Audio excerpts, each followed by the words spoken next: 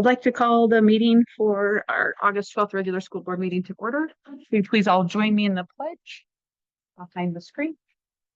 I pledge Allegiance to the flag of the United States of America and to the republic for which it stands, one nation, under God, indivisible, with liberty and justice for all. Thank you. All right. We're now open for public comment, and I'm just going to read a few things here. I think we'll start doing this at each meeting. The board accepts public comment on district matters not on the agenda. Speakers must state their name, limit remarks to 3 minutes, address the chair, and avoid personal attacks on confidential student or personal issues. The board will not act on any non-agenda items at this meeting, but may place them on future agendas. Any public comment?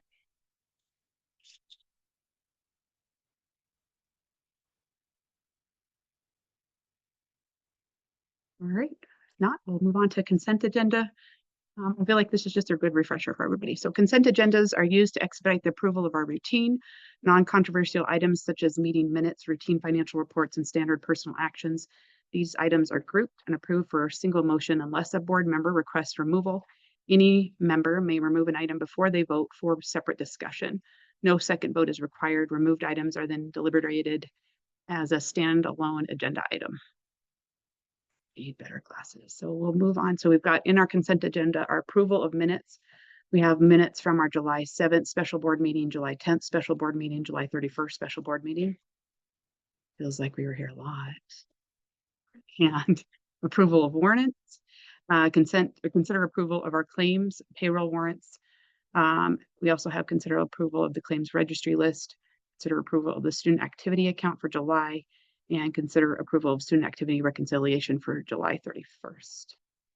Also approval of our personnel recommendations with our substitute teacher.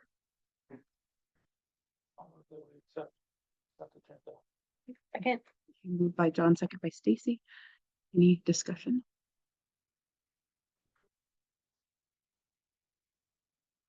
All right.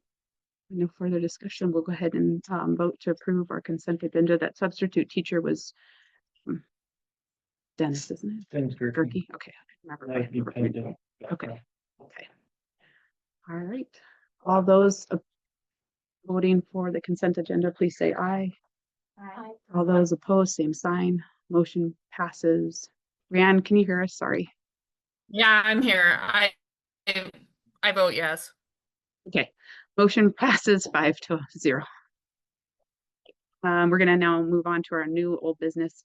So we have consideration of the revision of our board policy 3141 first for out of district enrollment. We go through each item one at a time, don't we, Dave? Yeah. Okay. We'll start with it. So we need a motion to open it up for discussion. I move to open up for discussion district policy, or board policy 3141. Moved by Stacy. Second by Kelsey. We're open for discussion for our board policy revisions of board policy 3141 out of district enrollment. I'm sorry, I thought I had attached the original 3141 that we're currently operating under, which was actually accepted back in February of 2019. And this is the policy book that I can find that's online. It's also jives with what Lisa sent me. In the 23 legislative session, there was a huge move with the discretionary enrollment that became the out-of-district student enrollment. And the importance of this has to do with open enrollment. This is how we fund kids that come from other districts. That district now has to pay, and vice versa when we have kids go the other way. So we have some guidelines, we have dates. When I asked what the dates were, it was just on a piece of paper that their secretaries had taped to their desk. As far as April 15th, I think it was, for kids who were already here. I put down just something that we had at Knox, and it by no means has to be September 10th for the first semester and January 25th. And I think we've got the principals who have really good rationale or opinion of maybe changing that. And then if you go down to the second page, it actually has a priority list of who gets in first from out of district. And we start with the kids that have already been approved from that year or the previous year. We really need to get current with statutes as they presented at the bottom. Normally I would redline this from the previous board policy, but it's 180 degrees different. Absolutely a full change. I would like to run that. I would have liked to have gotten this through with the policy committee. But this is something that we didn't have time to meet on. And it's really important that we get this one done as well as the next one. When the open enrollment changed, I thought we had a revision to this with different dates of setting up, like just like recently when that changed. So we could, with the being able to deny kids, I don't remember exactly what it was, but what you didn't know, we set up different dates on times to review, I thought. I feel like that. We Yeah, like within the last, We did that in What's the next 2023, 24. It was April 15th Yeah. and then our June meeting for any new.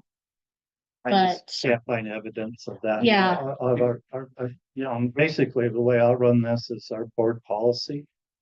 The living document that we have will be on our webpage. So we have the most current. And then I do it in a Word document so that you can actually review the tracking, or you can track all the changes as they go. They do the same thing with the CBA too, so we know when something has happened. do you have access to the Google Drive that we have all the documents in? Yeah, And you didn't find anything in all there? the ones I found excluded this. So you may have passed it, but I couldn't find it. And instead of just trying to find it, I want to get this on the website as soon as possible. So we can approve this on read today. Yeah, you don't have to have first, second, third readings. You can approve it. I think our attorney explained that to you guys in training back in the first part of July. Yeah, that's kind of the old way it used to be, but that hasn't been like that for a long time, the first, second, third readings.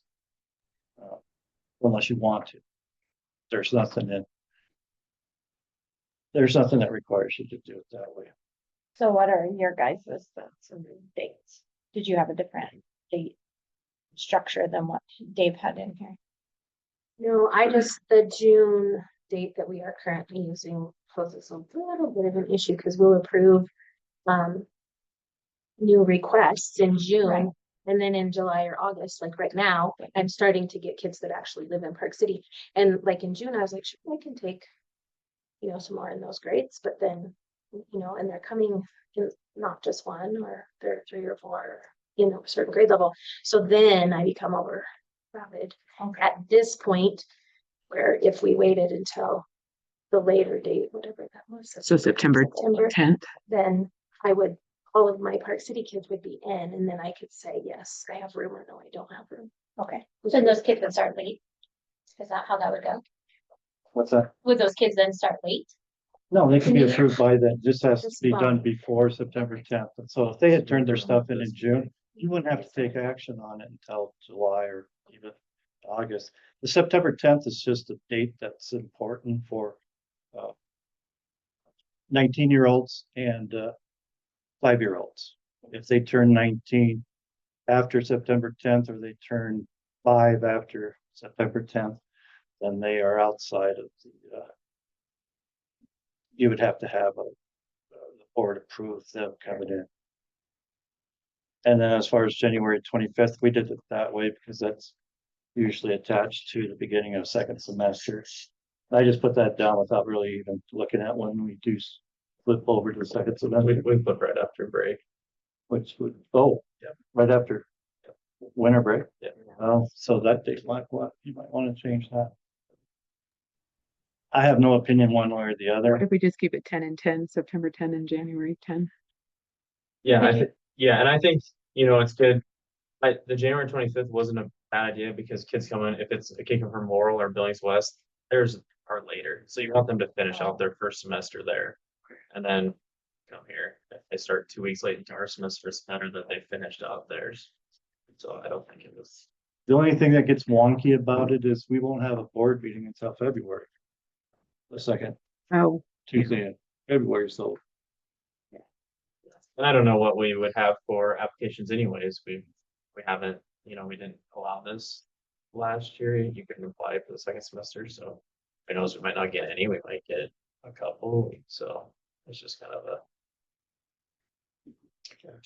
I don't think the 10th is a bad idea to do a full day, full 10s. and I really need to acclimate because I'm coming from a district where enrollment was going the other way. And so we were very hospitable, very receptive to kids coming. Brianne raised her hand. Go ahead, Brianne. Oh, Dave was, sorry, you can finish, Dave. Were you in the middle of saying something? So yeah, we were we were very receptive to allowing kids to come in. I think with the open enrollment now, I don't know if you understand, but I'll explain it. If a kid comes from Laurel to our district, it used to be the district, if they wanted to, could charge the parents. That all changed in 20 and 23, where now the district is required to pay. So there is advantage of taking out of district kids because we want to counter the number of kids that we've got going out of the district. Of which we have 2 payments that are coming up from last year. It's how much were those? It's about 47,000 going out, but we have 47,000 coming in.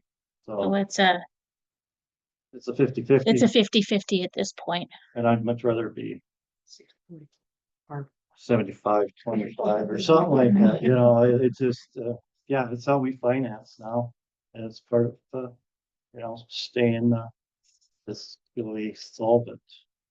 And as we get into my report, I think you'll understand better what I'm talking about.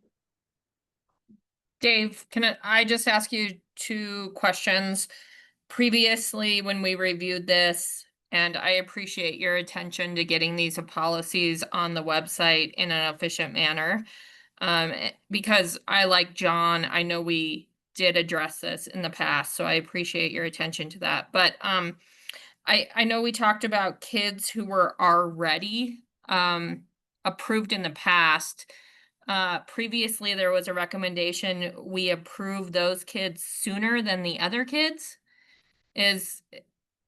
I just want to make sure, like, I'm not hearing we would give any preferential review to students who are already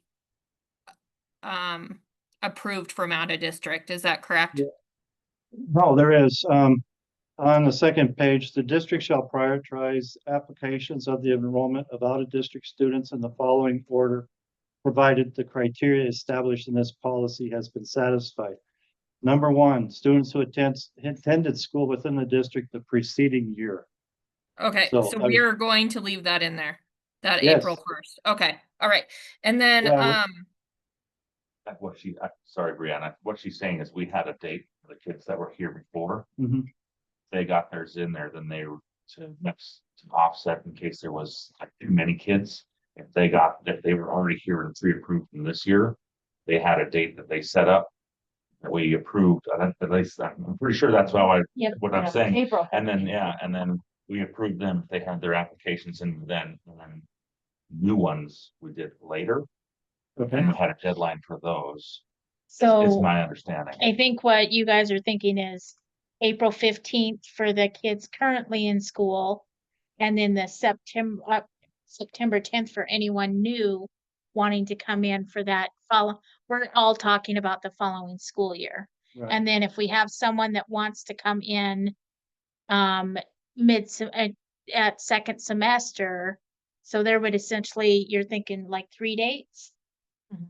Well, That's what it reads right here, right? Is Yeah, that April. out of district students who are currently attending the school shall submit an application by April 1st to keep that priority. Okay. So, okay, yeah. We could have it that Sounds- way, or, you know, it doesn't mean that you can't accept before the September 10th. I mean, and typically, and I haven't been here, but typically you send that stuff out in April or May to the folks that are out of district to get their enrollment papers in. Mhm. You can accept those in June. You can do that. We're talking about the others.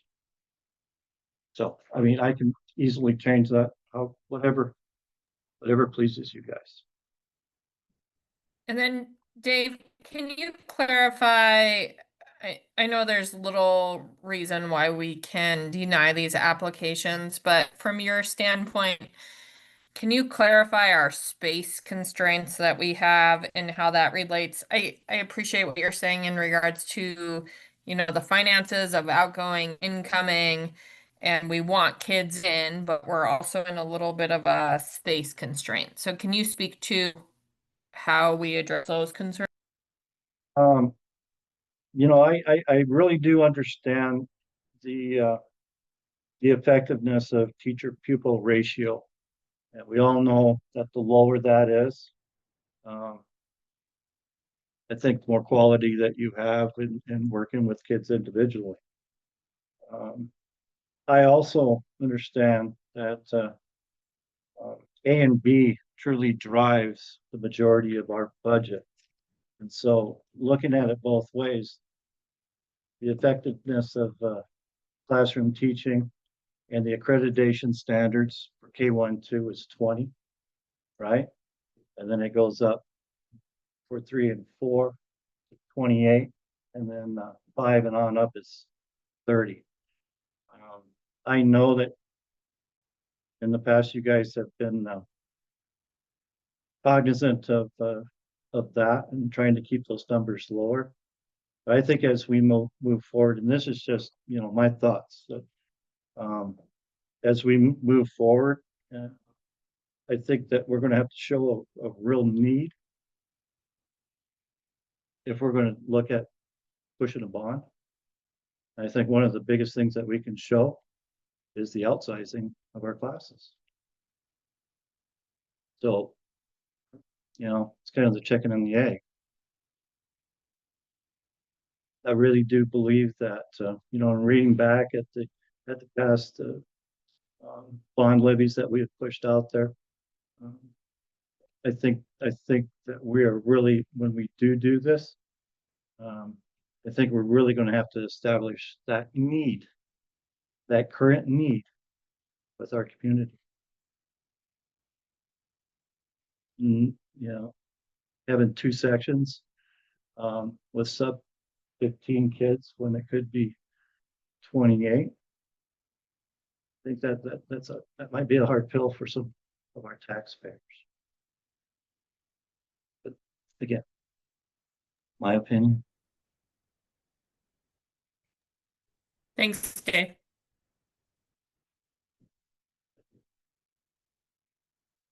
So are we, any further discussion? Do you have questions? Okay, any further discussion on board policy 3141? And are we good with the dates that are in the existing document? The only one that I think we should amend is that January 25th date. To January 10th. Calendar. I guess it's kind of, Yeah, it's tough either way. isn't yeah, it? because if we amend it to January 10th, then like Dave did say, so our board meeting, for example, in 2026 is the 13th. Okay, yeah. So we would have to wait to approve those kids potentially, or call a special board meeting, which we could do. So we could keep it 10 and 10 and just call a board meeting if we need to, if we have attendance. Okay, I think we had 10 and 25, didn't we? Or we could leave it, we can keep it 10 and 25, or if we move it to 10 and 10, then we would call a special board meeting in January ahead of the regular one to approve them. When all schools are- Amber, Might have said that backwards. Most of the ones in Billings and Laurel. Their semester flips a little later than. ours. Sorry, wait just a second. Well, I mean, we get approved by the 10th and then they get started as soon as their semester ends and oral. So after 10th, that's okay. When they would start. So some of them come back and don't end their semester till after Christmas break. Okay, sorry, Brian, go ahead. No, it's okay. I just wanted to clarify with Stacy. I thought Mitch had been, I can't really hear Mitch that well, but didn't he have an opinion regarding the 25th? Because that's when the other school's semesters end, right? Yeah, that's what they were just talking about. It was- Okay, right. Heard, I'm sure, but yeah. He did say that he felt Okay. we could go 10 and 10, we could approve it. They would just start their attendance once they finish their semester. The Mm, only hiccup gotcha. with that is for them to, make application here, they would have to, submit an enrollment, Transcript. right? And to do that, they would have to, we would have to get their records from the previous district. Mhm. So they would be getting disenrolled from there, so. Possibly at the end of their semester. Yeah, which would not mess up with the end of their semester completing that. And that is something that we are really focusing on before we have kids come in, that we get all their records first. That's something that a lot of districts are really lax about. And, we need to see what their discipline looks like. We need to see what their IEPs look like. With this policy, we can deny based on this, if the kid has been suspended in the last 3 years, that gives us full authority to take it.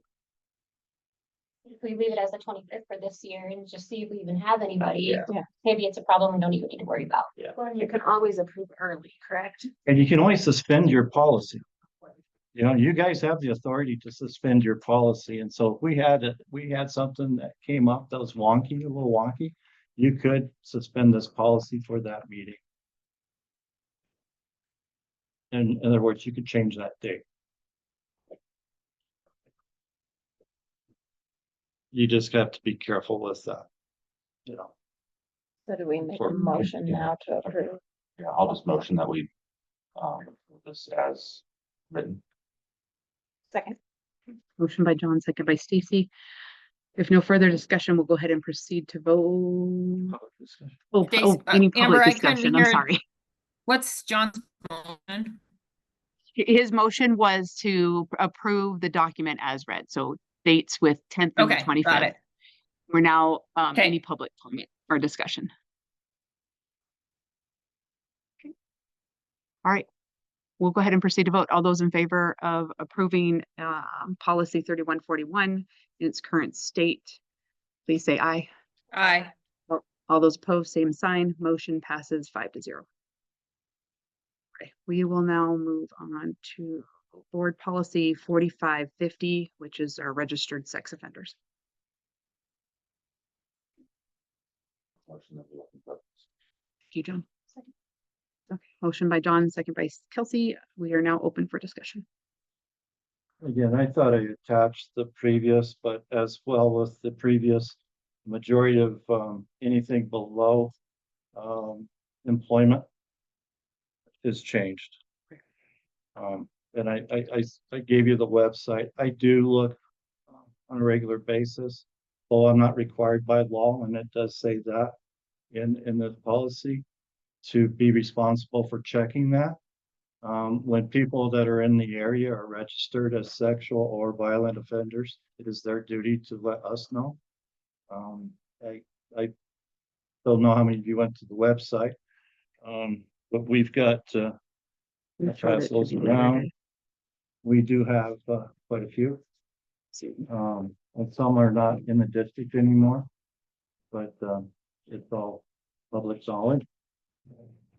Where it gets really, tricky for school district, it's when we have a parent that is a sexual offender. And they still have rights as parents to be involved with their child's education. But it requires a plan that you will be given the administration the authority to, develop. And when they're on property. who they would have access to. Parent-teacher conferences, picking up kids, those kind of things. I think that you've had that before. Right, yeah, it's not abnormal. But, we do have to be responsible with our children. So the way I read this is that, like, if they are a parent, they can pick up and drop off. Yeah, that's not you know, like, is that coming to the board to be approved, or is that just something that the administration approves? Right. It'd be something, other but we than would share, dropping off and picking it up, we would share those procedures. It would be a procedure that we would develop. And it's based on. It's not a blanket procedure. It would be based on specific situations or specific people. If we had a predator, it would be a little bit different than, say, the 20-year-old who had a girlfriend that was 15. Okay. Or even a 19-year-old or an 18-year-old. I'm not saying it's right, but I'm saying that they're not going to be classified as predator.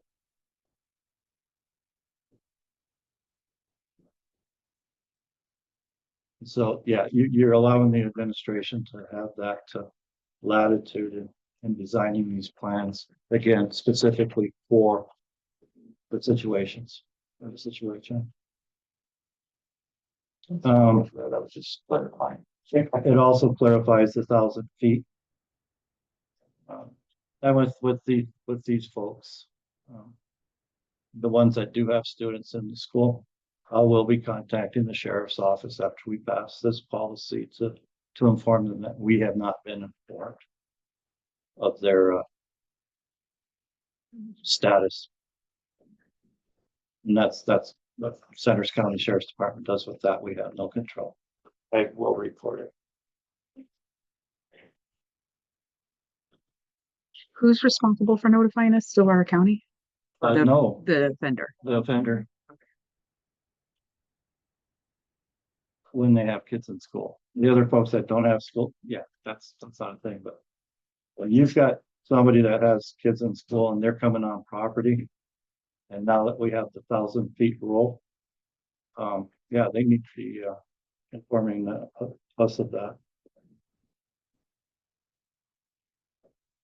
Then, you know, on that first page, the policy shall not be construed to impose any duty upon any administrator or any other employee of the district to review the sex offender registry or to screen individuals coming on or within 1,000 feet of the school property. It's public knowledge. I put the website, you know, it's just a SVOR, Sexual and Violent Offender Registry on Montana's Justice Department's website.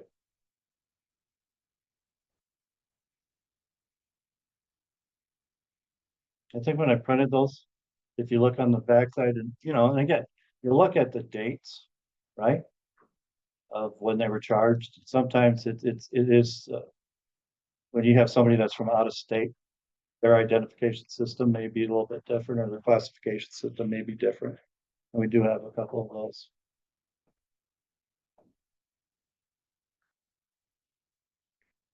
Any further discussion? Any public comment discussion?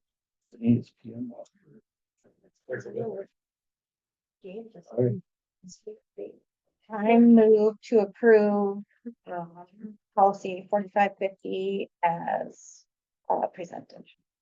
As read. Stacy motioned. Second. Kelsey second. All right. So no further discussion. We'll go ahead and proceed to vote for the approval of board policy 4550 as presented to us tonight. All those in favor of adopting the policy, please say aye. All those opposed, Aye. same sign. Thank you, Brianne. Motion passes 5-0. Right, we'll now do our consideration of the approval of our out-of-district enrollment for elementary. You've been doing it in a way that you don't need to do it. You've had it redacted. The names, you do have the Supposed to be, I didn't. you do have the authority to look, see who that is. Public does not. And so I use the red folder. Don't take pictures of it, or anything like that. It comes back to us and we shred. We do have the original. That will be signed by the board chair. This particular one, they are building a house in the district. They are moving in September. But when they made application, they were still out of district, and I can't tell you how many times I've had people that say, yeah, we're moving, and they don't. And we have accepted them as in district. So it's just following it by the T, crossing our T's, dotting our I's. Or I like to usually say dot my T's and cross my I's.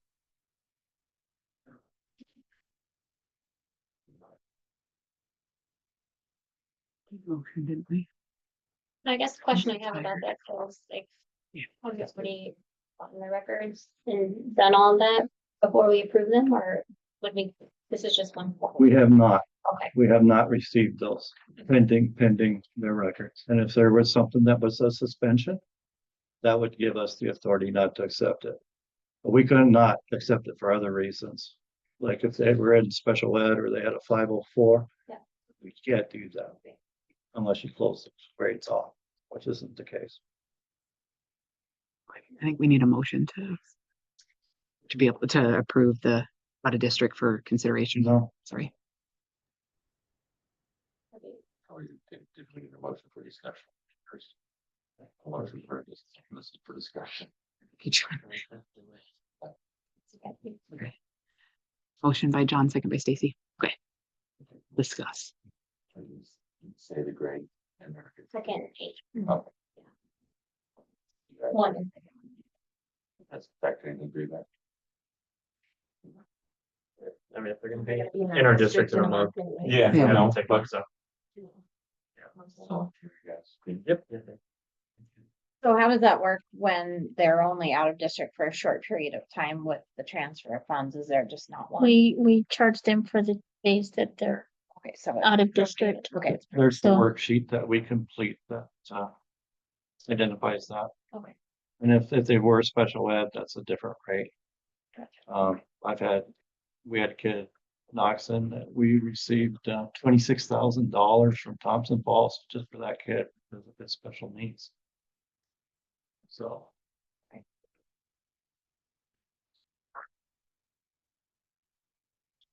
Any further discussion? Any community comment or discussion? All right, we'll move to a motion to approve. Motion by Kelsey, second by John. All right, we'll go ahead and proceed to vote. All those in favor of approving our consideration of the approval of the out of district enrollment for the two presented, please say aye. Aye. Aye. All those opposed, same sign. Motion passes 5-0. Now moving on to the consideration of memorandum of understanding with our union for A Shorten. Motion to open for discussion, please. I move to open for discussion, the memorandum of understanding. Motion by Stacy, second by John. Good work. This goes back to the special ed teacher that we had, you guys had voted to hire back in June, who in turn had decided to go somewhere else. I talked to Dan today and he said that she really wanted to be an English teacher instead of a special ed teacher. So I'm sure she found something else, which left us, with a problem. I think I told you, when you go on OPI's website and look for special ed teacher, there's 2 pages of openings in the state right now. And I think each page had 50 openings. And they're small school districts like us, and they're the big districts like Billings and Butte, Missoula, Kalispell, Helena. And so our principals really, thought outside the box. We're moving one of our teachers from grade She was fifth grade. Fifth This year she grade. was gonna do third grade. Now she's gonna do special ed. And then our special ed teacher who is, Ms. Shorten, is going to be the teacher of record. So she'll be doing all of the IEP casework. It's a lot of work. It's a lot of work. And so basically what you're doing is buying her prop 1/7 of her salary. That's how we computed that. If you want to look at it one way, on the academic side, you really need, we like to protect our teachers' preps so that they can excel in their academics with their classes. But on the other side of it, we're in a spot where we need help and assistance immediately. And it's actually going to be a savings, a considerable savings of what we would have been paying that other teacher plus insurance. So I guess that's the best way to put a shine on this. Is financially it is a savings, but we may be growing our own with the teacher that's going from 5th into special ed. There's a possible interest that they might want to start to pursue their special ed endorsement. And we approved this last meeting. This is just approving the memorandum. This basically, right? Is that fine? Yeah, because you are adjusting one collective employee's salary. So basically, it's almost like we're negotiating with an individual, which is bad faith bargaining. And so that's why we do this with the union, understanding that we're doing, and it takes both parties to agree to this. I have had discussions with Shelley. And we will vote on it tonight, and then she has to do what she has to do with her union to agree to this. I don't know how many MOUs or you guys have done in the past. Yeah. I think it's a great way to develop a stronger relationship with your union. You know, we're following what needs to be followed. We're not just slapping things together. And paying somebody an additional $9,000 that could be grieved by any of those union members. Hey, how come she's getting this and I'm not getting that? So it's just we're trying to limit our legal exposure.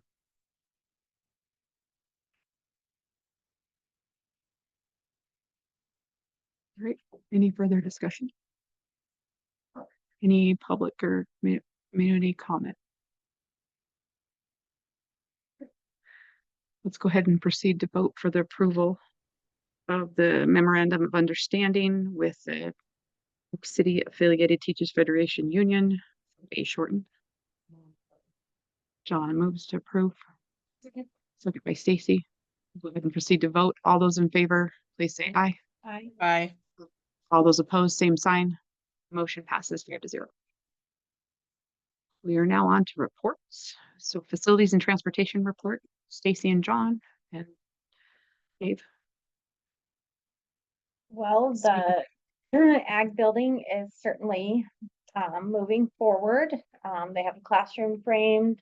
They have the utility and bathroom framed. They have some of the siding going up on the classroom. We have approved. We have approved several change orders. One was for the putting the insulation back on the contractor. We were going to pay for that ourselves. It went back into our total with the contractor. There was some unforeseen electrical in the back building and the east building that has to be taken care of. And then the contractor and I think maybe the electrician recommended to update the lighting in that back building as well. What was the other change order, Dave? The bathroom, moving the sink out, Okay, yeah. so that kids could access it without having to go into the bathroom. So just more accessible for kids after you know, when class ends to go wash up. For we're gonna have another change order with regard to the front entrance, the concrete on that. The ADA.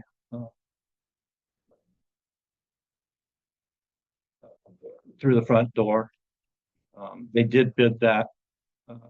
They did work that into their plan. It was in our bid or RFP. And that's about 1,400, and we got to looking at it. And if we're gonna do it there, we may as well come all the way across and so that we have it through the main door. Maybe, and it helps. We've got a big, beautiful door up front, but right now it'd be impossible to pull in or out because of the ledge. And so it's just we're anticipating, we haven't seen that change order yet, but we're anticipating somewhere in the neighborhood of $2,000 for extra excavation and the concrete. So that was due to the county inspector considered the building as one building longer than 100 feet, so it needed an ADA on both. That's what I think what Greg said. Oh, Yes. So the original plan that said that we could use the back as the county inspector is saying, no, it's deeper than 100 feet, you have to put on the front. So changing it is making it all better on the front. It's worth it. Yeah. And I think it's gonna make it look a lot better up front. And we do, we go over there and we have a lot of, we call them sidewalk superintendents. We had a community that really wants to know what's going on in there. And they have every right to see it. I think when we get that project completed, we have an open house with that, a ribbon, a big ribbon cutting. Yeah, we invite them in. We've got to move some equipment. All of the stuff that's in that east building is going to have to come over to the other side. So that the electrician can get in and start doing what he needs to do.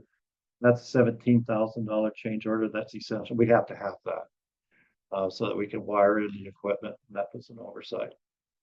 And then while we're doing it, we're thinking may as well just do the LEDs, which was a little over $2,000, which is going to save us in the long run with electric bill. So- We've been meeting on a regular basis with the committee's been coming in on Thursdays at 3 o'clock to do the walkthroughs. We had a little excitement out back, but we were able to get that, I think, figured out, trying to be good neighbors. And What do you think quotes for the better on the? So John, I'm can you hobbled up speak right- up? Hmm? What, We're John? getting the gutter on the back of the building of the old original building in the alley, the gutter is broken down. It's fixable. So Greg's already got one quote. Any other ones yet, but I chased the gutter guy down the street. I hobbled after him today. I got him stopped, and it is the gutter guys, and so he's going to work up something. But he had a list ahead of us. The outfit, I can't remember the names. It's like $1,400 to do the gutter, and it sounds like that has been an issue for our neighbors in the back for a lot of years. And I think I'm just going to pull the trigger on that one and get it done. Greg is YBC's been real receptive to doing that while they're on their project and on their work site. It is their work site, so I'd like to get that done quickly. Before forming. Yeah, yeah. Amber, I have a couple questions. Go ahead, Brian. I was just wondering, Stacy, you mentioned 4 change orders. And can one of you just talk to the status of the budget, how those change orders are impacting us? Are we still on projection for budget? And then can you also speak to the percent of completion that we're at right now? And if like the timeline of move in to start, or from start to move in? Our contract sum to date is now 369,545. Of which $128,435.40 has been paid. Completion, let's see, Dave might be able to.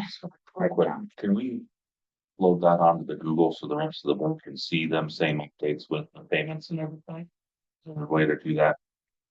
So that way, cause Yeah. he's broke it down really good, Brianne, on the report that we got of the payments and the percentages of each individual thing. As far as an overall percentage, I don't think there's that on there, but each individual part it's clearly defined on each section and the percentage going down of where they're and what's been paid out and what's still due, and it's broken down really nicely, I think. You said you're going to figure that out. I am gonna share that with you all right now. Dave's gonna share the document that John and Stacy are referencing. It's broke down really Okay. nicely, and I met then with you will budget and then percent completion was what? Sorry, I It couldn't hear has what you kind of said. bit Or built maybe into it, right? So Yeah. it has, Complete is not as a whole project, it says each individual task broken out. It looks Oh, each budget from a individual item. budget.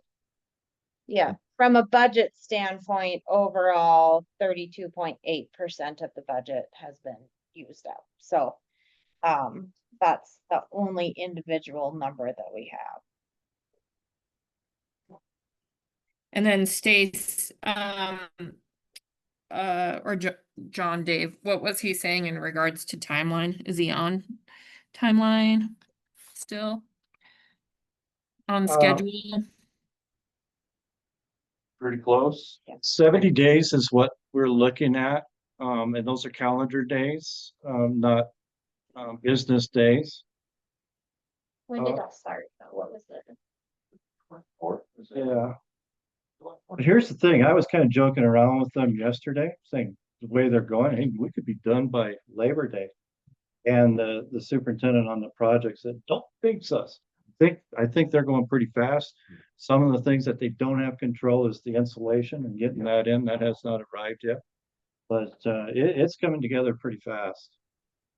Most of the change orders have not added any time to our timeline, except the major electrical work in the back building added 2 weeks to our timeline. Or our 70-day completion, so that's now 84 days. But that doesn't mean that they'll need that, and they did have were the electricians working in the back today or in the front? Yeah, Electricians. he was are in the there. front, they're in the front. And again, you We're gonna guys speed think it up no and pass it contractors, the sooner they get it done, the more money they make, right? And so, yeah, they're looking at their bottom line. And they're doing it appropriately. They are passing this stuff on to the architect. He is looking at it. We have not seen a bill from him yet at $145 an hour. And talking to Greg, it's been minimal. But they are bouncing off some of the plans. And he went through and actually signed off on this, which is great, because that's great. Dave, will your It's not- committee also start? Will your committee also start talking about moving and what the plan is there? I just want to be cognizant of that, not just being dropped in Carrie's laps, which I think you're really respectful of, Dave. Just reflecting on some past conversations when I say that. So just want to be really respectful of Carrie moving in there and cognizant that, you know, we're not dropping that in her and the egg kids' laps. So Dave and I actually already talked about that and kind of keeping in touch with the contractor so that we can mobilize the people that we need to get in there to help move everything, you know, kind of as we had talked, putting together community members to help move the big stuff. And that's on our radar for sure. I often joke about having a captured Dave. labor force. But we're not gonna have kids doing this. This is something that we've got a huge list of parents that want to be involved with doing it. We don't obviously want kids. Some of that stuff's pretty heavy. We don't want anybody. That's what I was worried about too. And I know Carrie has been advocating for this and we've been she's been coming in and she's been a part as much as she wants to be a part of it. We would like to get rid of some of her stuff without her knowing it. Because, well, you know, us educators, we're kind of pack rats anyway. I know, I know. But maybe we Sneak can Sally get in and it, out we there. can get it done before she hears this. Okay. You got like 24 hours. Yeah, 5 days to post this is so long. Mm. So, yeah, there's, I think she's got probably 10 years of wood scraps piled in there. Oh, I think it's older than that. At least. Like it's from when he was in high school.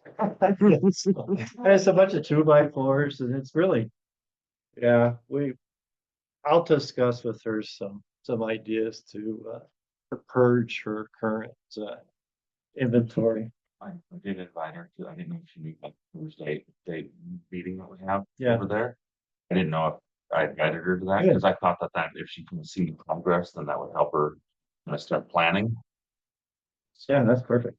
With that, where I saw her was that the transportation people were getting their CPR done this morning, so that's also. Says transportation report also, throw that in. One more question about the egg building. You mentioned moving everything from the east building to the west building for the electrical. Has that been done, or we need volunteers for that, or what's the? We got volunteers. Yeah, we just are waiting. Well, I don't think we can do it yet, can we? No, and yeah, again, it's their work site and Yeah. they've got things that are going on. There are heaters that are going in. We had a clarification with that. We thought we were gonna have to have 10 feet of clearance from the top, but we've gotten approval from Sprung that that membrane is fireproof, which helps us because the lids that we got on the bathroom and the classroom are not. And so we are able to bring that up all the way to 10 inches, which is going to be something quicker, a lot easier for them. What was the original? The moving this stuff. So as soon as you get the green light from them, you have Yeah, the crew. you and need. then Josh has already talked about, you know, some areas that we can have, you know, he just wants some room away from the exteriors. And I'm sure when we do that, we'll like to have him there or draw us lines or stuff. Move everything and then be asked to move it again. And then everything's gotta be moved again. Yeah. Yeah, it does. Well, whatever stays there. Doesn't obviously have to. The wood stuff out front and then the metals in the east building.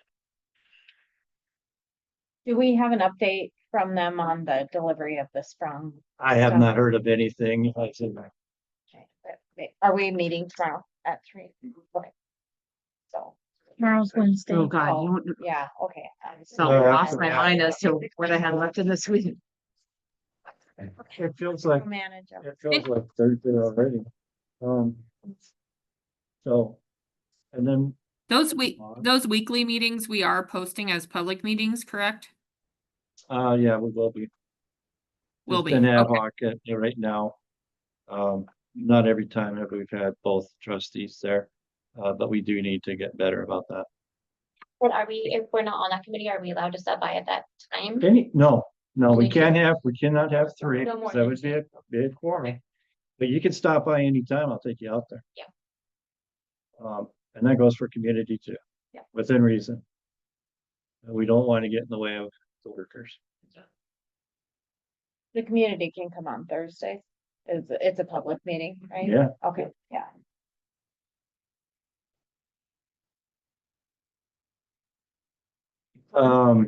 modular update. Everything's done in it except for the electrician is doing the last bit.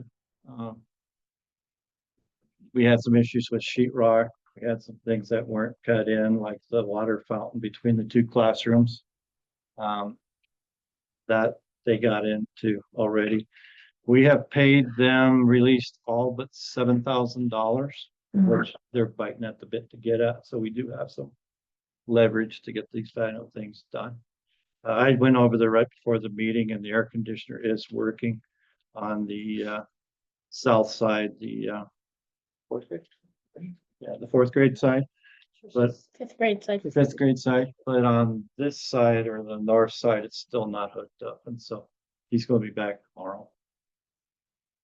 What you sent us on that, was that the original contract with Paul Davis, is that what? Yeah, yes, with There's we just found this contract. there's no prices or anything on there. No, but we were supposed to pay like 50% right up front. We did. It's Paul Davis really hasn't held us to it, and between us and the insurance company, because the money comes from the insurance company to us, that we send it to them. So so essentially what happened was, the adjuster got the bills from Paul Davis for the mediation. And they paid in full the mediation. But the remodel portion, they sent the check to us. I had no idea what to do because we've never had this happen before. So I talked to him. He said, you release that to the contractor. And you also have to pay the $2,500 insurance deductible, which I did today. So that, and then we have $6,600 left to pay, but until they finished all the little trim issues and things like that, they know they have to show proof. They have to show proof of the taking pictures and showing proof to the adjuster, so the insurance company will send that final $6,600 check to us for us to essentially write a check to them. So that must be the recoverable depreciation. Do we have a copy of the claim? Or, yeah, of the Yes. insurance claim? Yes. Cause it should be recoverable depreciation. Depreciation, and there were some additions that were added that the insurance company approved. Because the depreciation was about 2,500. 2,500. Yeah. It's just kind of all about the insurance.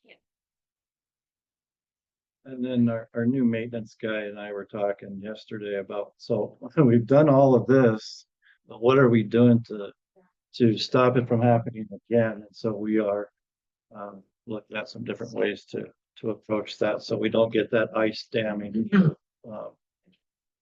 that flood again. On all of the modulars or just that one? All of them. Yeah. Well, The other two are leased. Oh, Those that's two are right. leased. These two we own. We would want to protect those. Yeah. Those be covered up. yeah, what we lease is covered as well. I think we gotta be more diligent in getting snow off. I think that was primary, what I'm hearing, that was the primary issue, getting the snow off. Yeah, you don't get it off and then it ices and then it continues It melts and ices, and then Are they asphalt roofs or are they metal? the metal. Could you do heat tape? Yeah, and I think we do have some heat tape on the other, like on the, we're finding wires on the gutters on the main building. But yeah, we could definitely do something like that. Yeah, we gotta protect our investment. So those teachers have probably not moved back into their. Oh, yeah, Yeah. they started All right. us. Oh, good. For open house tomorrow. Yeah, they're ready. Yeah. I came down, I didn't come in on Saturday, I came in on Sunday, just walked out there to see what's going on. And we had two teachers out there, they had hauled all their stuff in already. I was like, wait, does Paul Davis know this? And one of the teachers' sister works for Paul Davis, they got the green light. And they've been instrumental in maneuvering or moving this process along very nicely. Yeah, They the want in that sister's building been now. Helping, and she's like the bookkeeper. Hey, use those connections. right? Hey, whatever it takes to get it done and, I think she was jumping purpose today. Yes. Get our kids back in yeah, so. And I'm not gonna jinx it. Never mind. there. Elementary principals reports. I don't have a lot to share, just that I'm ready for the kids. Sorting classes, obviously those teacher moves have been a little bit of a headache that they're working, and I appreciate Amanda, Karen for. I had this big list of all the reasons why it would be great for Karen to come and try out special ed, and I didn't even get all the way through the first one, and she said, let's do it. So I'm thankful for that. Yeah, just juggling. And then teachers come back tomorrow. We have staff meetings tomorrow. Give them a little bit of time to finish getting their classrooms ready for open house. And then Thursday, I've been reporting you guys about our MTSS district team for 3 years now, I think. And elementary MTSS team is rolling out a new handbook and some building-wide discipline, teach twos, like all kind of expectations and things like that with our staff on Thursday morning. So we're ready to go when the kids come. So that's it, discipline and MTSS. So Like we say, whether we're ready or not, coming. we're ready. We're ready. We're ready. Any questions? Are you ready? Thank you. I'm ready. Yeah. Thank you, Stacy. Mitch, fire away. Yeah, I'm just really excited to be back and get fall sports and our school year going. Our athletics programs just had a really successful summer, I think. All of our junior high and high school sports had open gyms, open fields weekly, along with camps we hosted and camps we brought our teams to, summer tournaments that we went to. And then, we set up, some of our coaches set up scrimmages with just other teams on weeknights. And I just want to thank all of our coaches for that. It's a lot of dedication and it's all volunteer on their time to come in 2 nights a week and work with our kids. And every coach on every sport did it this summer, which I think that's great. I think our kids took advantage of it, and it's going to be a really good fall. So our fall sports parent meeting is tomorrow night, the 13th at 6 p.m. We'll start in the gym. I'll go through the activities handbook, along with, we have some updates from the Montana High School Association that I'll share, as well as our paperwork requirements. We'll have all that for them tomorrow. Last night I held our fall coaches meeting, where I went over the requirements, expectations, and rules with all of our coaches. We have a really awesome group that I think is just going to bring a positive and competitive environment to our programs this fall. Sports practices are able to start this Friday. So yeah, most are going to get going on Friday. A couple will start following week when school starts. My personal goal this year in the athletic director role is just to really make communication a priority. I feel like we did pretty well at that last year, but I also just want to make sure our coaches, athletes, and parents, the way we communicate from my role and from the coach role is, as good as it can be. So, talking about that, there are 3 ways to view the athletic schedules for all of our parents. It's on the school website in 2 different spots. If you go to the menu to the athletics page and then scroll right down, there's a link to a Google Sheet that I created this year. And it has all of the sports schedules updated. You just click the tab on the bottom for what sport you want to look at. So when those go tomorrow, I'll print them out for everybody as well. And then if we do have changes, which we're going to, so make sure that they're always highlighted in yellow on that Google Sheet. Also on the website, if you just click our events page, all the games are uploaded on the events page as well through the Google Calendar, so you can see our games there. And then lastly, we'll be doing the weekly reader again this year. So that will go out the end of every week for the next week practice schedule and game schedule. All of our coaches will have a parent communication app that they'll use as well. So, and like my big talk last night was just over communicates better than nothing. We want to over communicate and we don't want to make any last minute changes. So that's kind of my goal this year, just with our athletic program. And I just want everyone to be in the know and give them as many resources as possible. One thing just to bring up, so our referee fees have all been increased again this year by $5 to $10 per game at the JV and the varsity level, along with the travel per diem, which is the federal rate, increased by 3 cents a mile. So just looking at that, last year when we hosted a high school basketball game, 2 JV games, 2 varsity games, we paid the officials $823. This year it'll be $880. Next year, same increase again. So it'll be another $50 on top of that. So in a 2-year span, we're looking at every single athletic event that we host is $100 more than what we've been. So something to think about is we're good this year. We don't need to change anything, but something to think about for next year is our activity fee that we charge students to participate in sports and families to come to games. We sat on a thing in our division a couple weeks ago with every school kind of recording what they do charge. And right now we charge $50 for a junior high student to participate in sports, $75 for a high school kid to participate in activities. We're right in the middle. There's some schools that go up to 100, and there's some schools that go down to about 50. But that's just something to think about with, official prices. It's MHSA did a 5-year agreement with the National Officials Association, and every year for the next 4 years, they're going to increase by $5 a game. So things are expensive, and yeah, so I'll keep you guys in the loop with just what other schools are doing on that, so we can just stay. We don't want to be the school that's charging the least amount, so don't want to be the school that's charging the most amount either. So I'm thinking how is good. So yeah.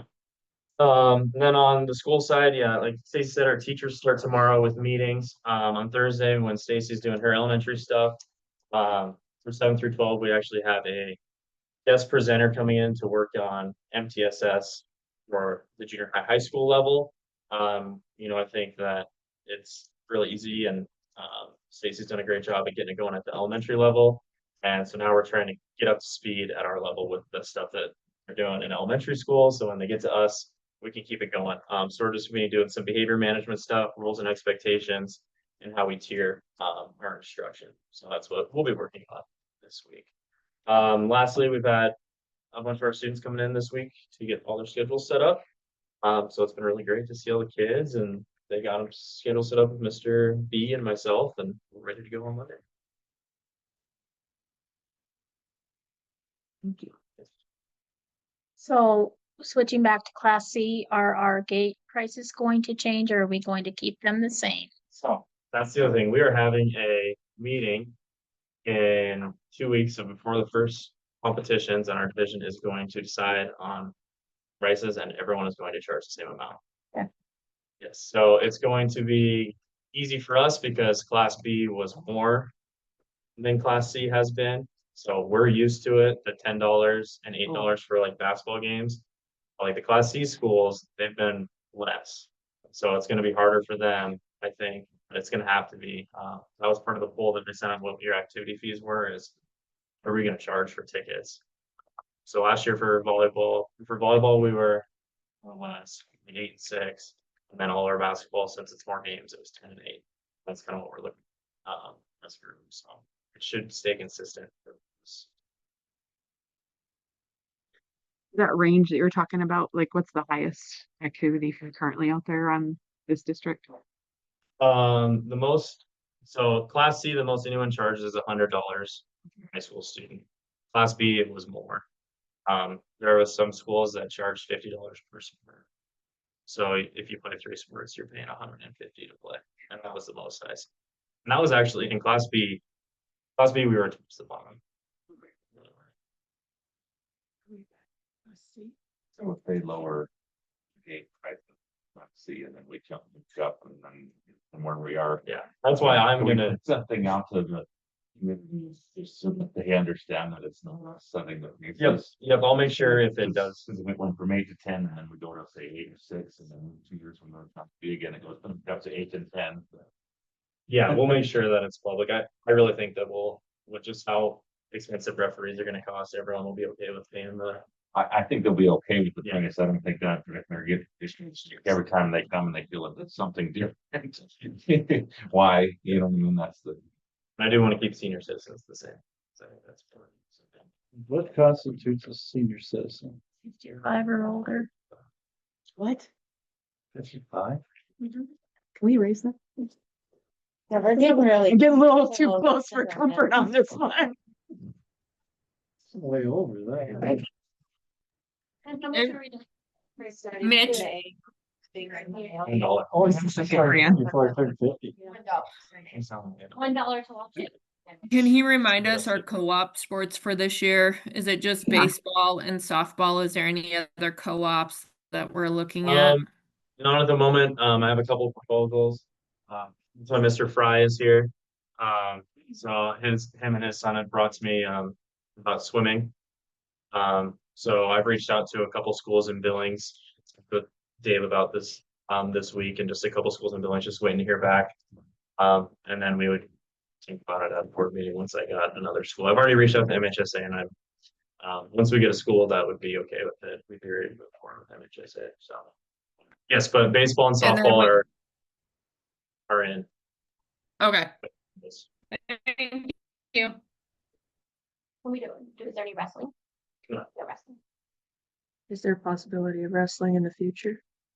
Yeah, and so how all this works is, you know, for us to consider a co-op, we have to start somewhere with a request from a student or a parent.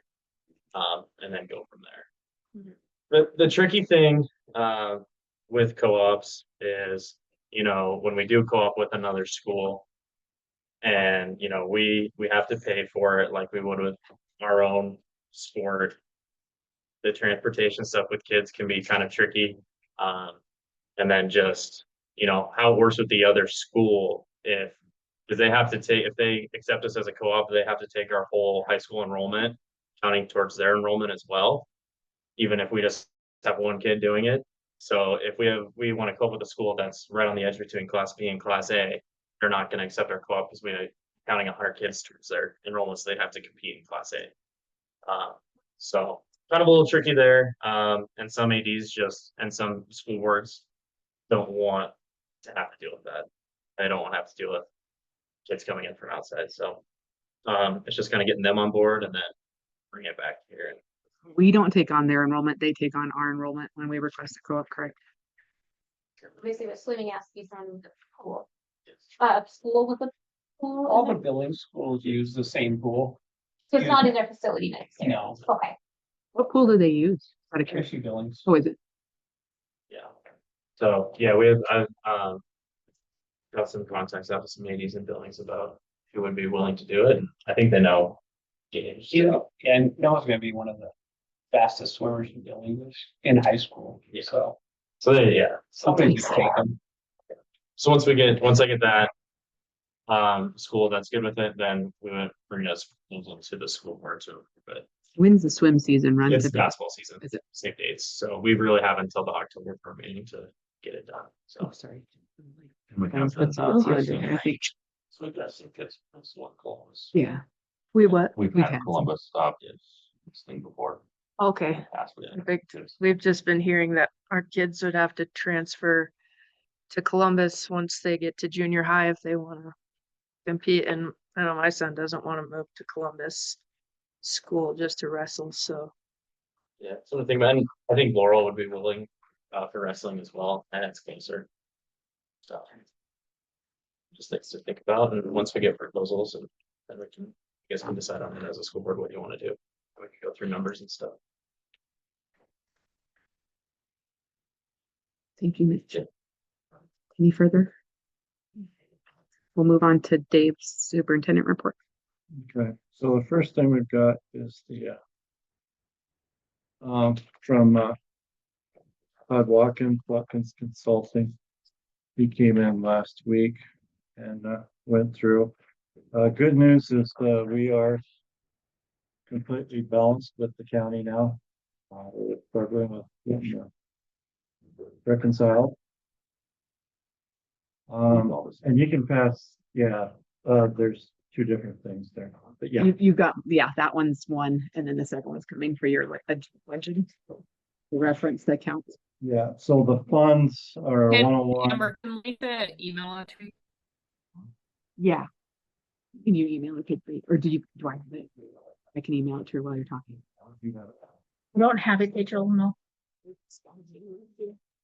Yeah, Okay, never mind. Look at it Scan later. it in, Brian, and then we'll get it emailed into you, over to you. Okay, I'm sorry, thanks. Brian. Don't be sorry, it's okay. So you'll see, this is the reconciliation, that takes us through the month of June, the last year of our fiscal year. Last month of our fiscal year. When you see the first number of under fund, if it's a 1, that's the elementary. If it's a 2, well, halfway down, that's our high school district. We do that through district. And then the old ones, or the, like 101 is the general fund for the elementary, and 201 would be the general fund for the high school. We've got some, we have some discrepancies, we have some issues.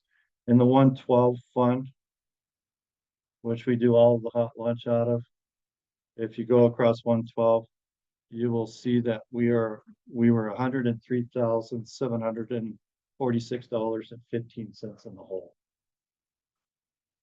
That comes out of the general fund.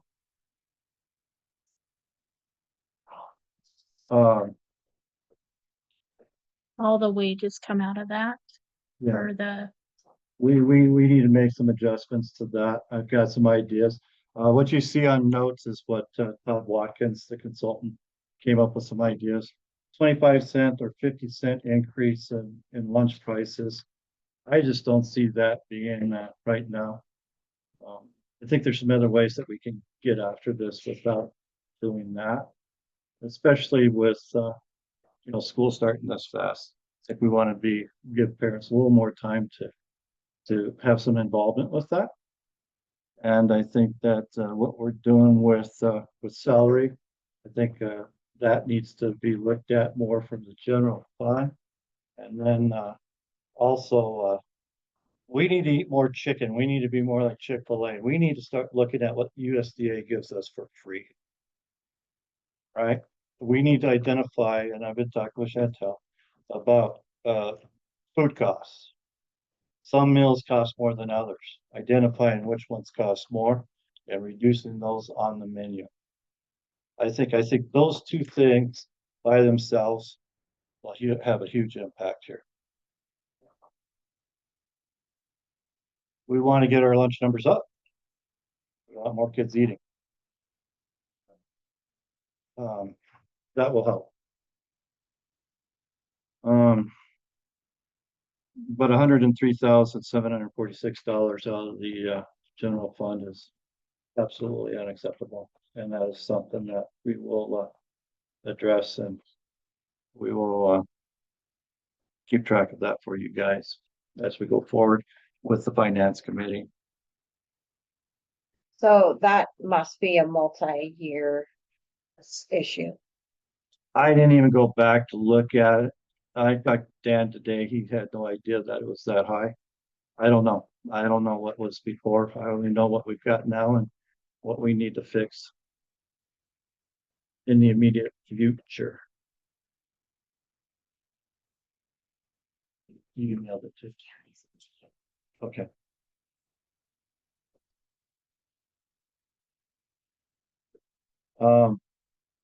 The other account, the 113, that's our tuition fund.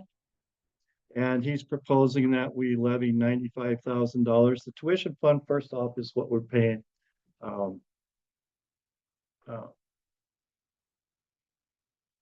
We use that as one of our levies when paying for special ed aids. Because that alleviates what we need to pay. We have to have that. And it's coming out of the general fund. If we can push that into the tuition fund, it protects their general fund. We were at 0% for reserves in the general fund in the elementary. By law, we can have up to 10%. And the importance of your reserves in your general fund is we don't get paid until December taxes. That's our huge revenue stream, both December and in May when people pay their taxes. And so those reserves kind of help you balance through the way. We incorrectly moved all of our money that we had into our 82 fund, which is that interlocal agreement that you guys do every year. And so we're going to have to build back on our reserves in the elementary. That is not going to happen overnight. That's going to take it's going to take a couple, 3 years to get that fixed. A lot of this is going to take a little while to get it fixed, but we will get it fixed. The 113, as I said, the tuition, he's saying that we need to, and I agree, levy a little bit more. And when we levy, you know, we only have so many meals, and you'll understand that better when we have our meeting on Tuesday next week. We have so many meals that we have, and how we adjust that, how we recommend that, how you make the final decision allows us to move some of those meals, and we're going to have to move more of our meals out of some of the other areas, like whether it be transportation, bus depreciation, whatever. We're going to have to move those meals into the tuition fund. Right now, a meal for us is just under $7,000 in both districts, roughly. Okay.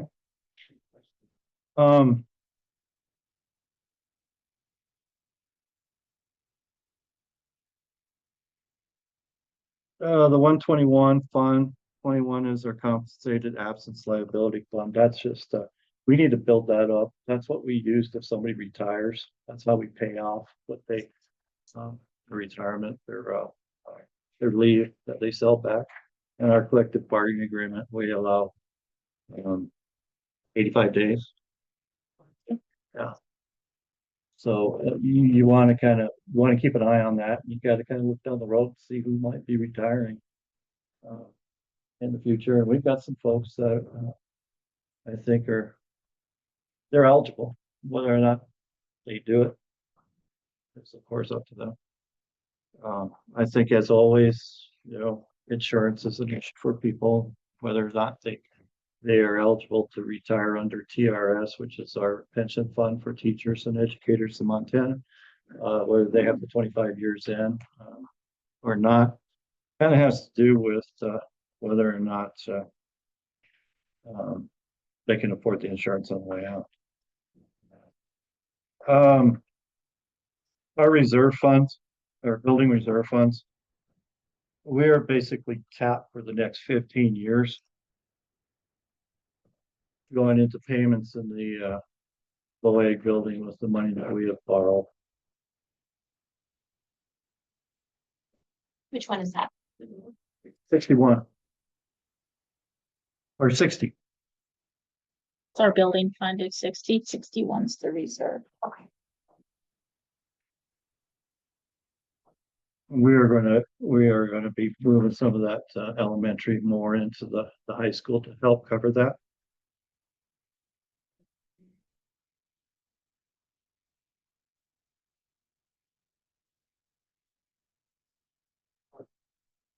I like to do bad news first. I do have some good news coming.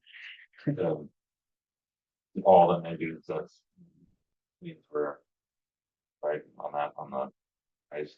Well, you'll see that some of the negatives that we had in the green, our revised school was to balance with what the county. We have to balance with the county, and we weren't in a lot of these funds. And so this allows us to, we see that we had to get balanced before the end of the fiscal year. Okay. Which again was June 30th. The 115 trust. Our indirect funds. Yeah. And what we've got there is we missed a payment for ESSER for the tune of $78,000. Lisa, 66. he's 66? Yep. Okay, so yeah, he's got 78. Is that including the 73 and the 32 and the 45 or 42? No, those are different funds. They're Okay, so different. Yeah, he had it down at Different grants. 78. So Lisa said she filed an extension. We did make contact with OPI. Their middle level workers in finance kicked this up to the chief financial officer. She has finally commented or something gotten back to us. And Todd is working with her directly to try to get that covered, because basically we spent $78,000 that we thought was going to be recoverable by ESSER. That wasn't. That's why our 15 budgets or 15 accounts are hugely off. Whether or not OPI will release that money, I don't know, but we will do everything possible to try to recover that.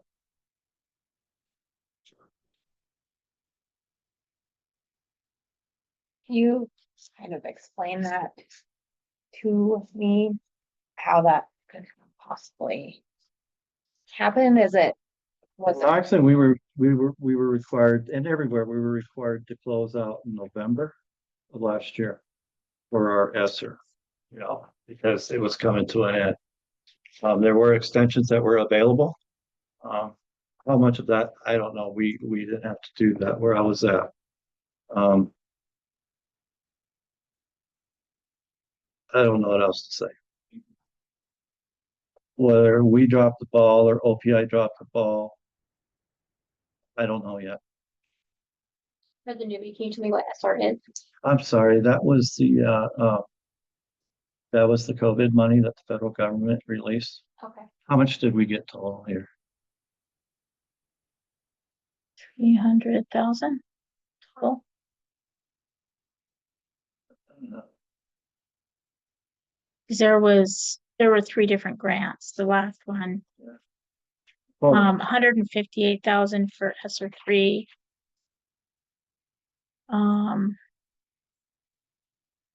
Knoxon, which is a lot smaller than here, we had almost $1 million. So is this saying that we did not use 78,000 or whatever the number is? We thought we could keep it. We and maybe- spent it. No. No, spent it. we requested it. It never got, it sat there as submitted to them. And it never got approved to pay. Remember deadline pass. Yeah. Okay. When you deal with federal money, you spend the money first and And then you order request it it. and they pay it. Yeah. Right? So we paid it, but we didn't get it. Now, OPI still has that money, is my understanding. They are closing out still. Hopefully, there's a chance that we can recover that. That's why our Fund 15s are out of whack. That only accounts for, I mean, there's still this 100,000, right? Yeah. And that was something that we used to try to bring back the other balances to balance.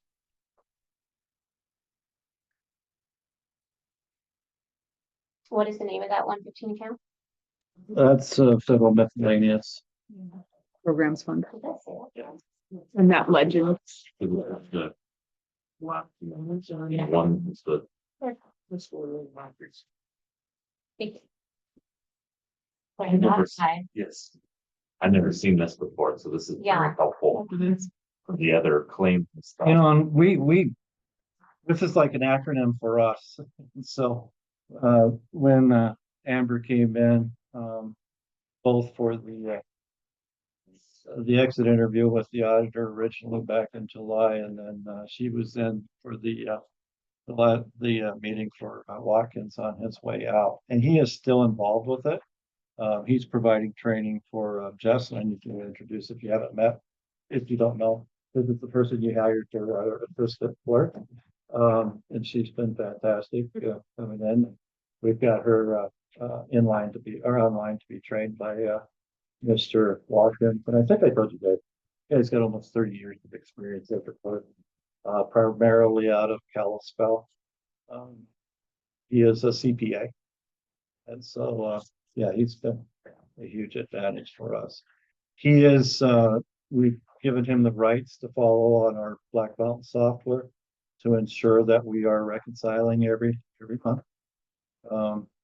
We do have a POI, that's being drafted. We need legal to take a look at it, which is a plan of improvement. I've discussed that with you guys or our clerk. We give her every opportunity to get these things corrected. But again, if we don't, then we're gonna have to look at other options.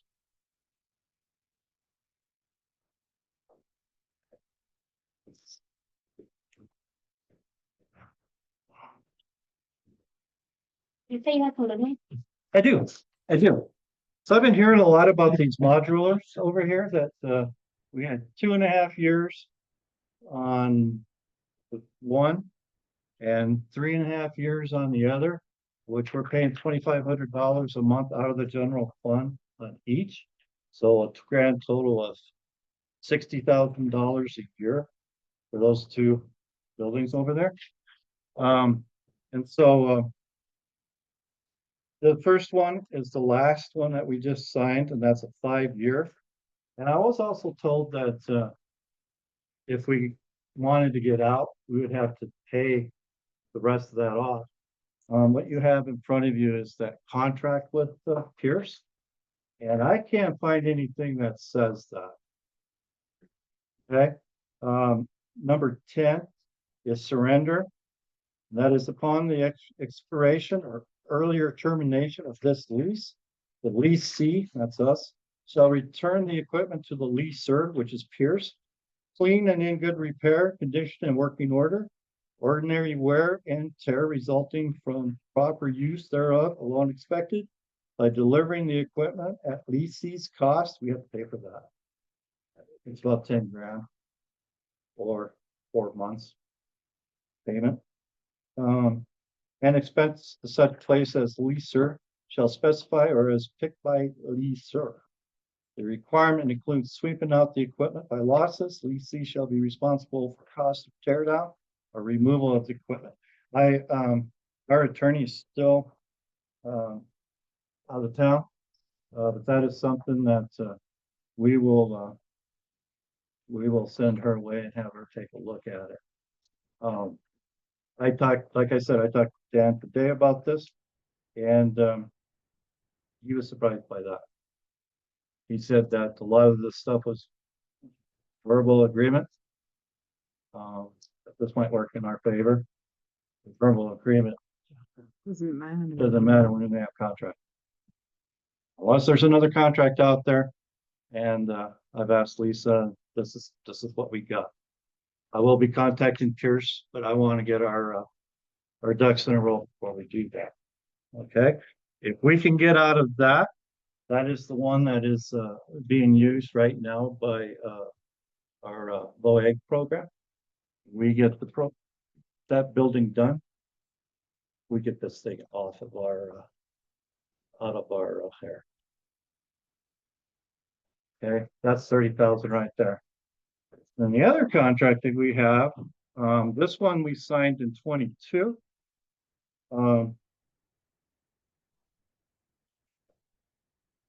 I just happened to, we were sitting in the office.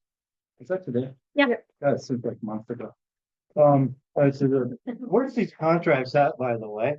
And you'll see that this one wasn't 5 years. This baby was 36 months. Oh. And and I talked to Dan, and I asked, what did we get that? And he said we signed on this back in March of 23. We got it at No, this one was in 21. oh, I got the wrong one. I'm sorry. Whoop. This one we signed in December of 21, and he said that we got this in 22, summer off. 36 months was this summer. We want to unload that thing immediately. We only have one class in it right now, and I've got a modular sitting right there that's got no classes in it right now. The class that we had that was going to be in there, Is teaching special ed now. so we have open. So between the two of this, 60 grand, and we're trying to figure out what those electrical costs are. Oh my gosh, we've got a lot of meters in the school district. So we're trying to pull that out, but I do know that modulars are not energy efficient. So there's the good news. Okay. 36 months. Brianne, I will send you those, lease agreements. One we talked about. Yeah, I could hear what he was saying. Oh, I'm sorry. It's good No, news. no, Dave, I could hear you. Good, hear you. Oh, you can't hear John. Oh, sorry. We Oh, need a John's meeting. talking. mumbling. Sorry, John. I was just mumbling. I have a question for you, Dave, when you're done. Yeah. I just, I have concerns regarding historical management of contracts. And so, you mentioned this, right? Like just a centralized location for those contracts. And so just wondering, your perspective on managing that going forward and how we can tighten and clean that all up. Well, that's not an abnormality in districts. I've come across this in pretty much the other 5 that I've been in as a superintendent in Montana. And what we'll do is we will get these in the clerk's office, and also the superintendent needs to have a copy of it. Yeah, that's the biggest piece is So, getting them located, making them available, and actually being able to find them, and then when you do find them, read them and understand them. I was able to pull them right away for you today. Yeah. So I mean, it was just like the Paul Davis contract that I shared with the committee. We didn't even know that existed, right? I think my bigger concern is the verbal contracts that have got to go away. Yeah, the what, Stacy? The Verbal. verbal contract. Oh, absolutely. Yeah. you know, I'd rather pay a little extra to have legal take a look at it and take care of those things for us. I am not an attorney. May have played one on TV, but I am not an attorney. So, So when we, just to figure out exactly, when we vote for something and then thinking of the contract, because we never seen, all we did was basically vote that yes to get the modular or no to get the modular. You know what I mean? Like, and then seeing that there's a contract, like, is that something that when I bring a when I- contract, when I ask you guys to vote on something with the contract, you'll have the contract in hand. and then it'll already have gone through the attorney when we go to public, okay, so that's. I think that was the kind of the misstep there that we were carrying on, and there was contracts and things that we were getting into that we didn't quite.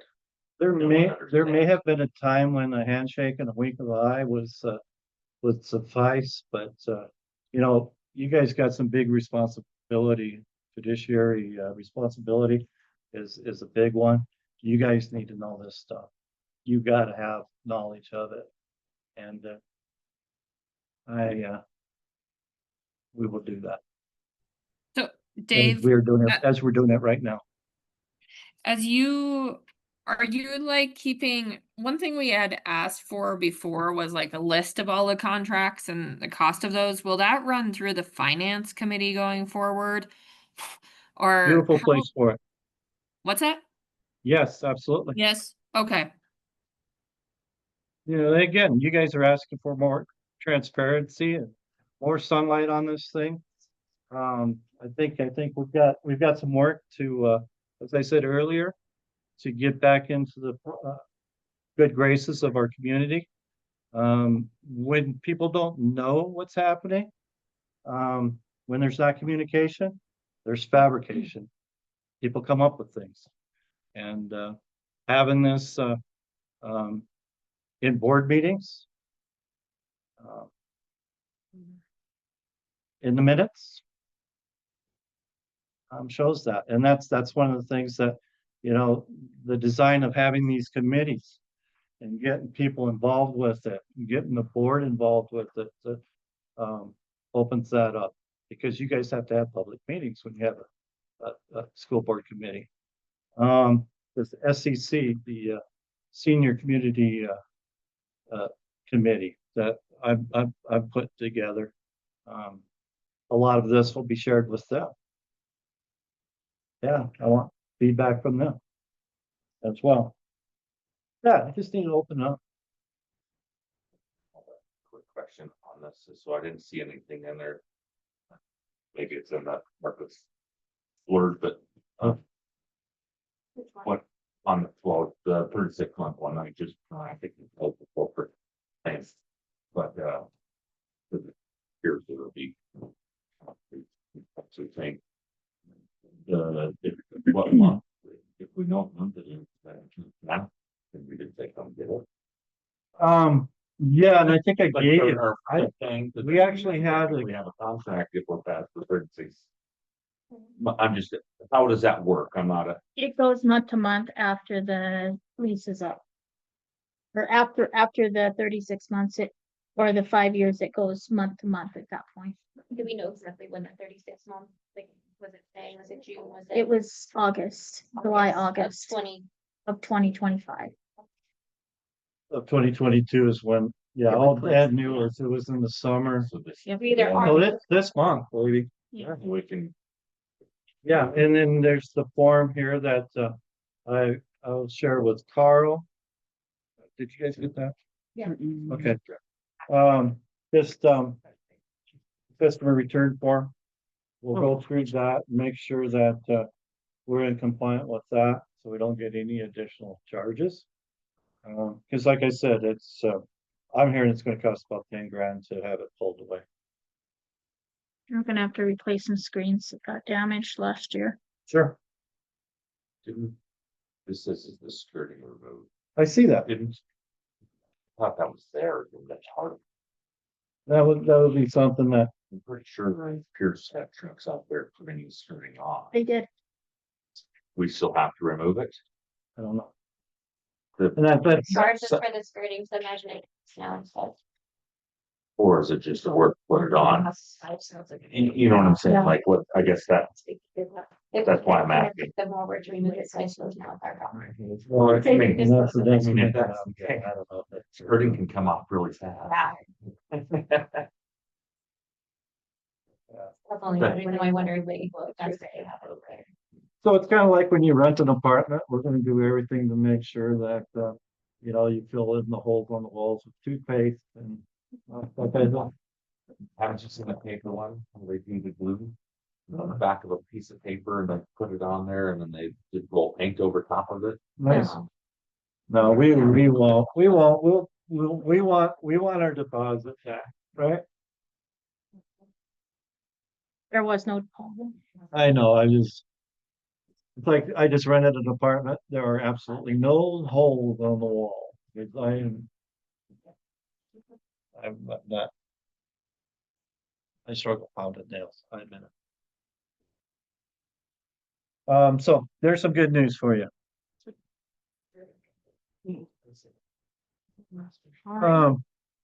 We got T-shirts, Michelle, put those together. The entire staff got some. I wanted you guys to get them.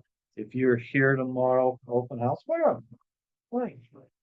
We do have one trustee coming tomorrow morning, or Amber's gonna be there. She's gonna, what did I give you, 45 minutes? to Yeah, talk yeah. To the Got staff. PowerPoint and everything. Oh, yeah, I always think it's really important to have representation from the board.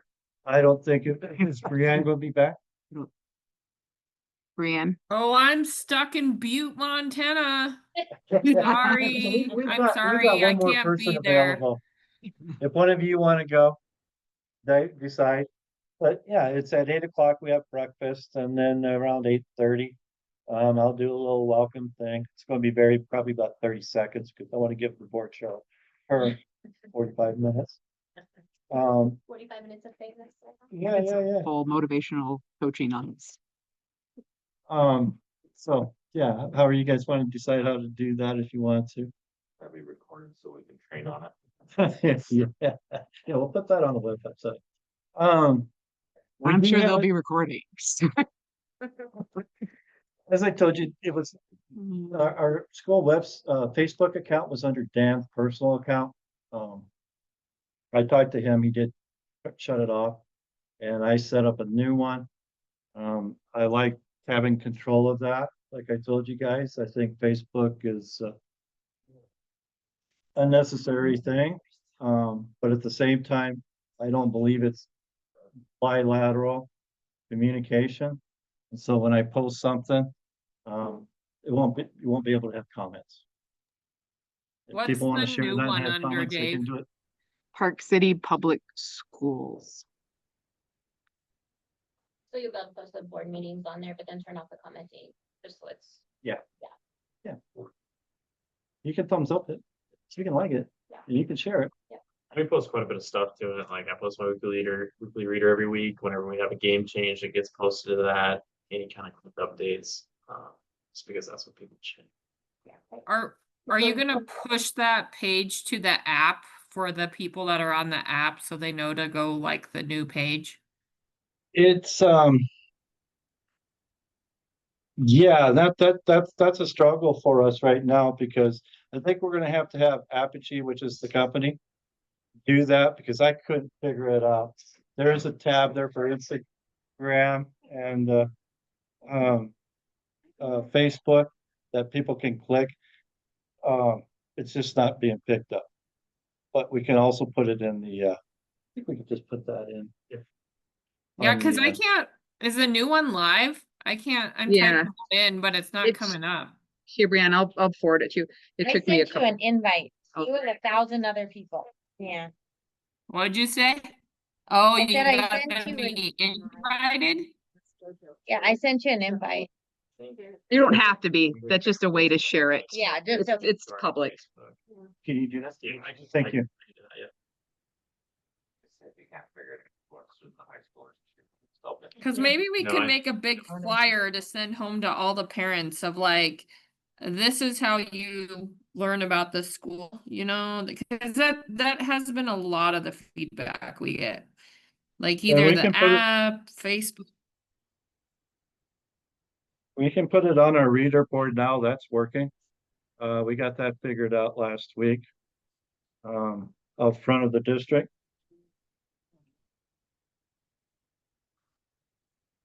Yeah, we're hearing loud and clear. People want to know what's going on. I'm gonna go through the website tomorrow at my parent athlete meeting to show people where to find everything, so. And I'll do a link on Club Dojo and Tommy Elementary. Those are super helpful when you do that, yeah.